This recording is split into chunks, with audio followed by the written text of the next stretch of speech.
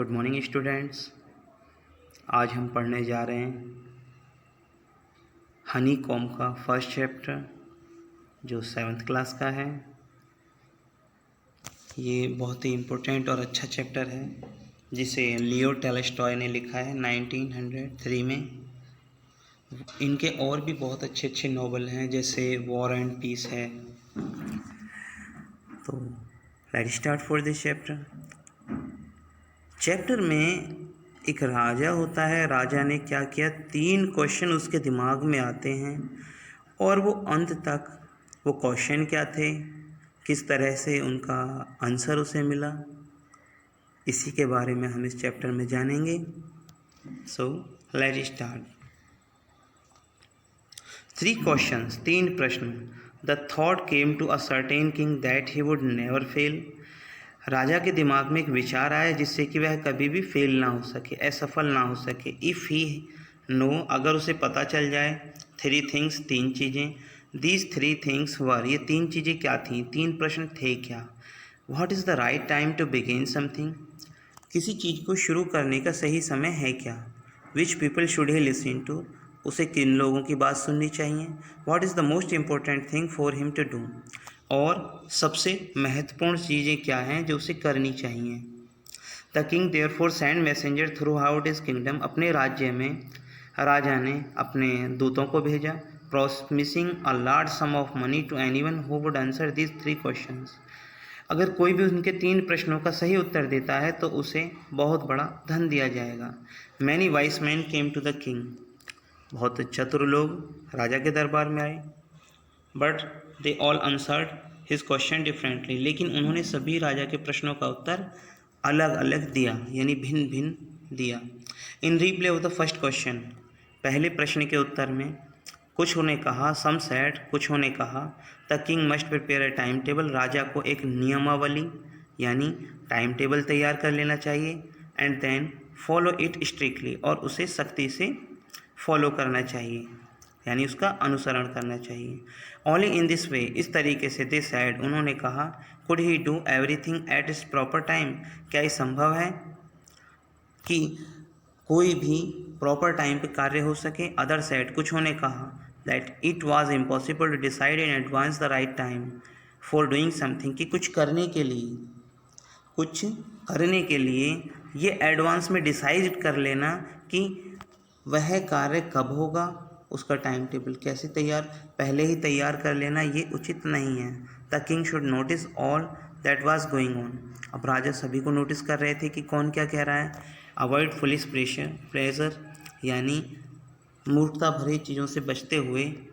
And always do what ever seems necessary at time, यानी हमेशा वो करना चाहिए जो समय पर आवश्यक हो। येट अदर साइड, कुछ ने कहा, that the king needed a council, राजा को एक परिषद रख लेनी चाहिए चालाक लोगों की, चतुर लोगों की। Man who would help him, जो उसकी मदद कर सकें। Act at the proper time, सही समय पर। This was because one man would find it impossible to decide correctly without help from others the right time for every action, यानी क्योंकि ये एक इम्पॉसिबल है, ये डिसाइड नहीं किया जा सकता कि करेक्ट समय क्या है बगैर किसी की मदद के, सही समय क्या है और सही कार्य कौन से समय पे क्या करना चाहिए। तो ये भी एक एवरी एक्शन, यानी प्रत्येक जो एक्शन है, कार्य है, वो नहीं हो सकता। बट देन अदर सेड, लेकिन कुछ लोगों ने कहा, दैट देयर वाज समथिंग, कुछ चीज़ें हैं, विच कुड ही अर्जेंट, जो अर्जेंट होती हैं, यानी कोई अगर हम टाइम टेबल या कोई ऐसा कार्य करते हैं कि प्रॉपर टाइम पहले से सोच लें या काउंसिल बना लें, अच्छे यानी चालाक लोगों की एक परिषद बना लें, बट एडवांस में ये डिसाइड कर लेना है कि राजा की हेल्प हो। कुछ कार्य ऐसे भी होते हैं जो बिल्कुल अर्जेंट होते हैं। These things could not wait for the decision of the council, उन चीज़ों में राजा इंतज़ार नहीं कर सकता काउंसिल के डिसीजन का। In order to decide the right time for doing something, कि राइट टाइम क्या है किसी चीज़ को करने का। It is necessary look into the future, इसके लिए तो हमें उन्हें फ्यूचर में जाना पड़ेगा। And only magician could do that, केवल ऐसा तो मैजिशियन ही कर सकता है। The king therefore would have to go to magician, फिर तो राजा को मैजिशियन के पास जाना चाहिए। In their answer to the second question, दूसरे प्रश्न के उत्तर में, सम सेड, कुछों ने कहा, that the people must necessary to king were his counsellors, कि काउंसलर्स राजा के लिए आवश्यक हैं। दे सैड, अदर सैड, कुछों ने कहा, द प्रीस्ट, कि कुछों ने तो ये बोल दिया कि भाई काउंसलर्स होने चाहिए, कुछ लोगों ने बोल दिया कि पुजारी, प्रीस्ट मीन्स पुजारी होना चाहिए। And few others choose the doctor, कुछों ने कहा कि डॉक्टर हो, और कुछ लोगों ने कहा कि सोल्जर हो। सबसे ज़्यादा आवश्यक हैं कि सोल्जर्स को, राजा को रखना चाहिए हमेशा साथ में। टू द थर्ड क्वेश्चन, तीसरे प्रश्न के आंसर में, सम सेड साइंस, कुछों ने कहा कि साइंस, अदर चूज फाइटिंग, कुछों ने कहा कि फाइट करनी चाहिए। And yet other religious worship, और कुछों ने कहा कि राजा को धार्मिक पूजा करनी चाहिए। As the answer to his questions were so differently, राजा के प्रश्नों के सभी उत्तर भिन्न थे। जो राजा ने वाइस मैन बुलाए थे उनके सभी प्रश्न के उत्तर एक दूसरे से भिन्न थे।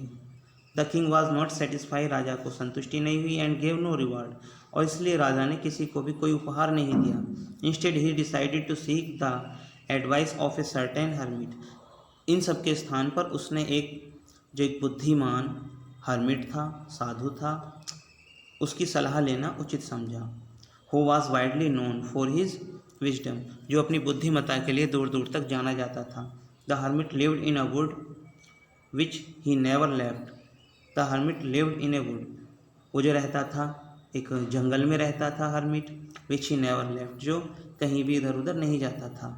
ही saw no one but simple people, वो कभी भी विशेष लोगों से नहीं मिलता था, केवल वो सिंपल साधारण लोगों से मिलता था। And so the king put on ordinary clothes, इसलिए राजा ने भी साधारण कपड़े पहने। Before he reached the hermit lived in a wood, साधु जंगल में रहता था। विच ही नेवर लेफ्ट, जिसे वो कभी नहीं छोड़ता। He saw no one but simple people, उसने साधारण लोगों के अलावा किसी और को नहीं देखा था।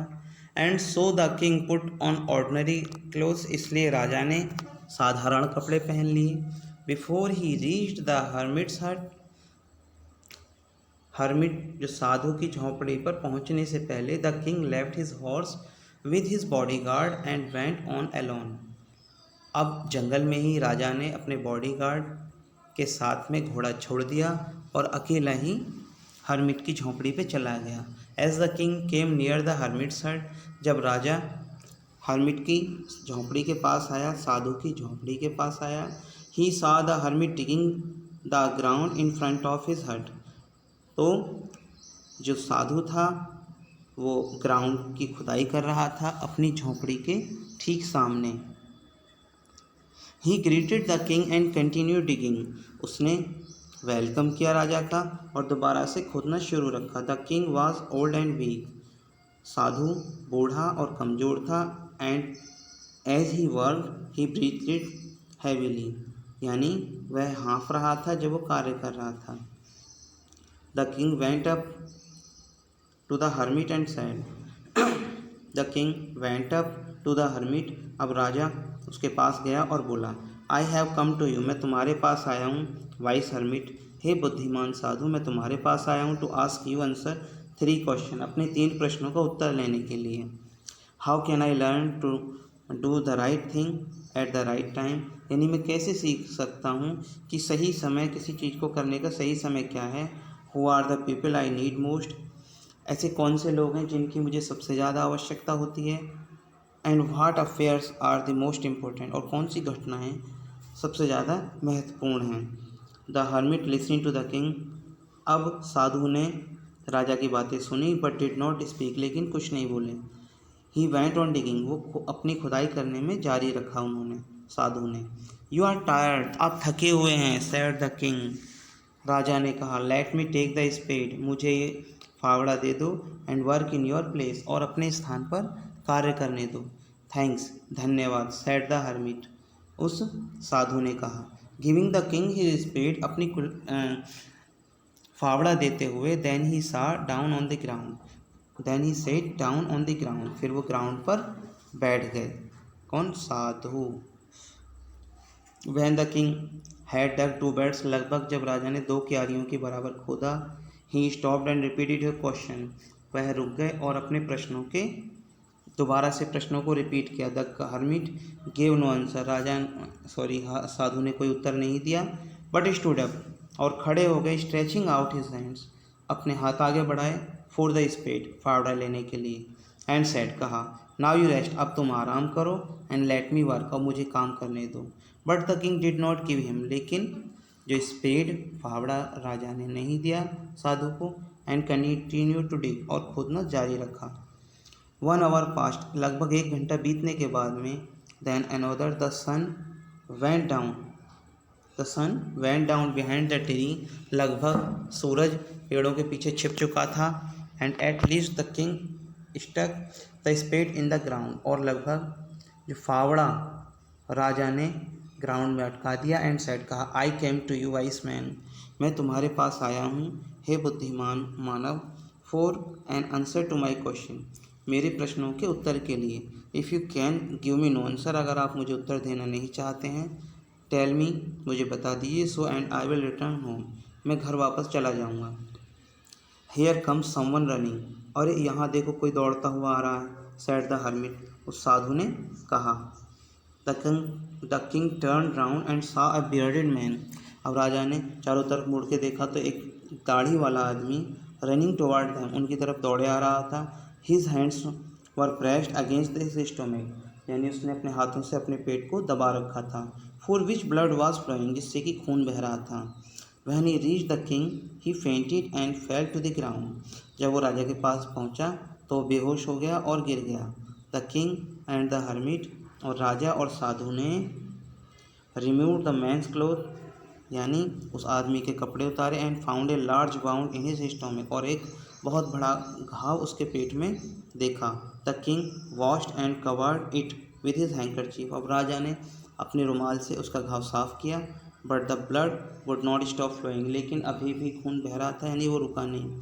The king redressed the wound until at last the bleeding stop, यानी जब तक खून नहीं रुक गया, राजा ने दोबारा से उसको रीड्रेस किया, यानी साफ करके दोबारा से उस पर कपड़ा बांधा। The man felt better and ask for something, अब उस आदमी को थोड़ा अच्छा महसूस हुआ और उसने कुछ पीने के लिए मांगा। समथिंग टू ड्रिंक, कुछ पीने के लिए। The king brought fresh water and gave it to him, अब राजा कुछ फ्रेश वाटर लाया, ताज़ा वाटर लाया और उसे पीने के लिए दिया। थोड़ा सा पानी उसे पीने के लिए दिया, जो आदमी जंगल से भागता हुआ आ रहा था। By this time the sun had set, लगभग अब सूरज भी छिप चुका था। And the air was cool, हवा भी ठंडी हो चुकी थी। The king with the hermit's help carried the wound man into the hut, अब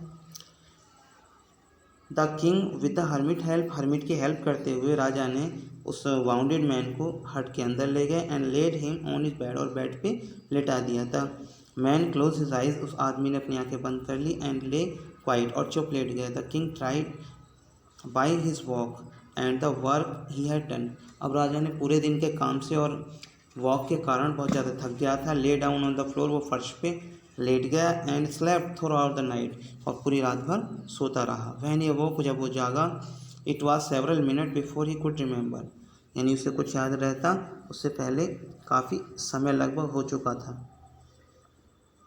वेयर ही वॉज, वह कहाँ था। और who the strange bearded man, और वो आदमी कौन था जो बियर्डेड था, दाढ़ी वाला आदमी कौन था। लेइंग ऑन द बेड, जो बेड पे लेटा हुआ था। फॉरगिव मी, ठीक है, मुझे क्षमा कीजिए। Sad the bearded man in a week voice, यानी कमज़ोर सी आवाज़ में, और दाढ़ी वाले आदमी ने कहा कि हे महाराज, कृपया मुझे क्षमा कीजिए।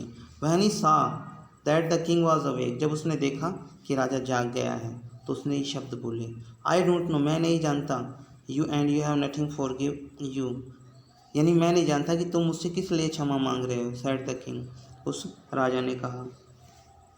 यू डोंट नो मी, क्या तुम मुझे नहीं जानते। बट आई नो यू, लेकिन मैं तुम्हें जानता हूँ। I am that enemy of yours, मैं तुम्हारा दुश्मन हूँ। Who swear revenge on you, यानी जो तुमसे बदला लेने की जिसने कसम खाई थी। Because you put my brother to death, यानी तुमने मेरे भाई को क्या कि मौत की सज़ा दी थी। एंड सीज्ड माई प्रॉपर्टी, और मेरी प्रॉपर्टी को भी सीज कर दिया था, यानी छीन लिया था। I know you had gone alone to see, मुझे पता था कि तुम जंगल में अकेले जा रहे हो। दैट हर्मिट, उस हर्मिट के पास। And I made up my mind to kill you, और मैंने ये पूरा दिमाग में प्लान बना लिया था कि मैं तुम्हें मार दूंगा ऑन योर वे होम, जब तुम लौट कर आओगे। बट द डे पास्ट, लेकिन दिन गुजर गया। And you did not return, और तुम नहीं लौटे। So I left my hiding place, और मुझे इसलिए अपने हाइडिंग प्लेस से वापस बाहर आना पड़ा। And I came upon your body guard, यानी जैसे मैं बाहर आएगा तो तुम्हारे बॉडी गार्ड ने मुझे देखा, हु रिकॉग्नाइज मी, जिसने मुझे पहचान लिया। एंड वाउंडेड मी, और मुझे घायल किया। I escaped from him but I should have died if you had not dress my wound, मैं उससे बचता हुआ भागा और लगभग मैं मर ही जाता अगर तुमने मेरे घाव को ड्रेस ना किया होता, यानी साफ़ ना किया होता, पट्टी ना बांधी होती। I wish to kill you, मैं तुम्हें मारने की इच्छा रखता था। And you have saved my life, और तुमने मेरे जीवन को बचाया। नाउ इफ़ आई अलाइव, अब यदि मैं जीवित हूँ, आई विल सर्व यू, मैं तुम्हारी सेवा करूँगा। And your most faithful servant, और तुम्हारा सबसे विश्वासपूर्ण नौकर बनूंगा। And will order my sons, और अपने पुत्रों को भी कहूँगा टू डू द सेम, कि वह भी ऐसा करें। फॉरगिव मी, कृपया मुझे माफ़ कर दीजिए। The king was very happy to have made peace with his enemy too easily, अब राजा बहुत ज़्यादा खुश हुआ कि बहुत ज़्यादा उसको शांति आई कि उसका दुश्मन जो है ईजीली उस मित्र में बदल गया। And he have won him over as a friend, और उसने अपनी मित्रता से उसको जीत लिया। He knew not only forgive him, उसने केवल उसे क्षमा ही नहीं किया, but said he would send his servant and his own doctor to look after him, और कि वह अपने नौकरों को और डॉक्टर को भी भेजेगा जिससे कि वह उसकी देखभाल कर सके। And he promise to give back the man his property, और उस मैन को प्रॉमिस किया कि वह उसकी प्रॉपर्टी, संपत्ति को भी वापस कर देगा। लिविंग द वाउंडेड मैन, उस घायल आदमी को छोड़ने से पहले जब वो छोड़ रहा था राजा, the king went out of the hut, वो झोंपड़ी से बाहर गया। And looked round for the hermit, और चारों तरफ हर्मिट को देखा। बिफोर गोइंग अवे, जाने से पहले he wished once more to the answer to this question, अब उसने दोबारा से प्रयास किया कि जाने से पहले एक बार मैं साधु से अपने प्रश्नों का उत्तर जरूर पूछूंगा। The hermit was on his knee, अब वो अपने घुटनों पे बैठा हुआ था साधु। सोइंग सीड्स, वो बीज बो रहा था। इन द बेड्स, उन क्यारियों में। That had been dug the day before, जो एक दिन पहले खोदी गई थी। The king went up to the hermit, अब राजा हर्मिट के पास पहुंचा। एंड सैड, और कहा, फॉर द लास्ट टाइम, अंतिम बार, आई बैग यू टू, मैं आपसे प्रार्थना करता हूँ कि कृपया मेरे प्रश्नों का उत्तर दें। हे वाइस मैन, यानी चालाक या चतुर इंसान, आदमी। You have already been answered, तुम्हें तो पहले से ही अपने प्रश्नों का उत्तर मिल चुका है। Said the hermit still bending down to the ground, यानी अपने जो बेंडिंग डाउन, नीचे बैठे हुए ही उस हर्मिट ने बोला। एंड लुक अप, और ऊपर देखा। At king as he stood before him, जैसे कि राजा उसके सामने खड़ा था, उसने थोड़ा अपना सर ऊपर करके देखा अपने घुटनों पर बैठे हुए। How have I been answered, कैसे मुझे आंसर मिल गया। व्हाट डू यू मीन, आपके कहने का क्या मतलब है। डू यू नॉट सी, क्या तुम नहीं जानते। रिप्लाइड द हर्मिट, हर्मिट ने रिप्लाइड किया। If you had not pity my weakness, अगर तुम्हें मेरी कमज़ोरी पर दया नहीं आती। यस्टरडे, यानी कल। And had not dug these beds for me, अगर तुमने ये क्यारियाँ मेरे लिए नहीं खोदी होती।